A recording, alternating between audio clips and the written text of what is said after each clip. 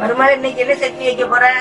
இன்னைக்கு வீட்டுல தயிர் இருந்ததுல்ல, அதனால அந்த தயிரை வச்சுட்டு தயிர் சட்னி பண்ணலாம்.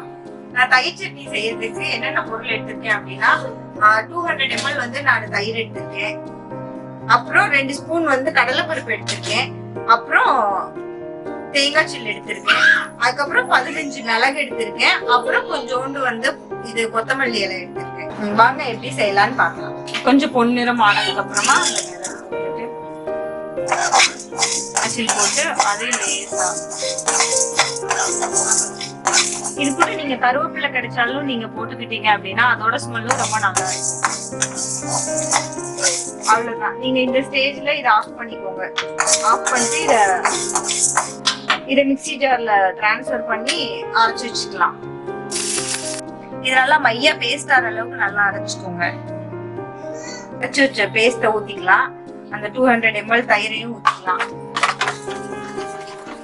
இந்த இதுக்கு தேவையான அளவு உப்பு போட்டுக்கலாம். அப்புறம் நம்ம இது தாளிச்சு ஊத்திக்கலாம்.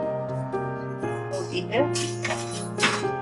ஜோண்டு போட்டு சின்ன ஸ்பூன்ல நான் 1 ஸ்பூன் வந்து காஷ்மீரி மிளகாய் தூள் சேர்த்திருக்கேன். அது 1 ஸ்பூன் போட்ட உடனே ஆஃப் பண்ணிட்டு இதை ஊத்திக்கலாம். ஊத்தி நல்லா மிக்ஸ் பண்ணி விட்டுக்கோங்க. காரம் கொஞ்சம் எக்ஸ்ட்ரா வேணும்னா கொஞ்சம் நிறைய சேர்க்கணும்னா சேர்த்துக்கோங்க. அப்படியே நம்ம கடைசியா வச்சிருந்தா அந்த கொத்தமல்லி.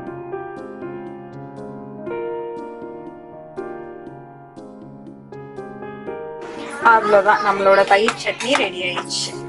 இதை எங்க அத்தை கிட்ட கொடுத்து சாப்பிட சொல்ல போறேன். நாங்க நல்லா இருக்குது, நீங்களும் சாப்பிட்டு பாருங்க.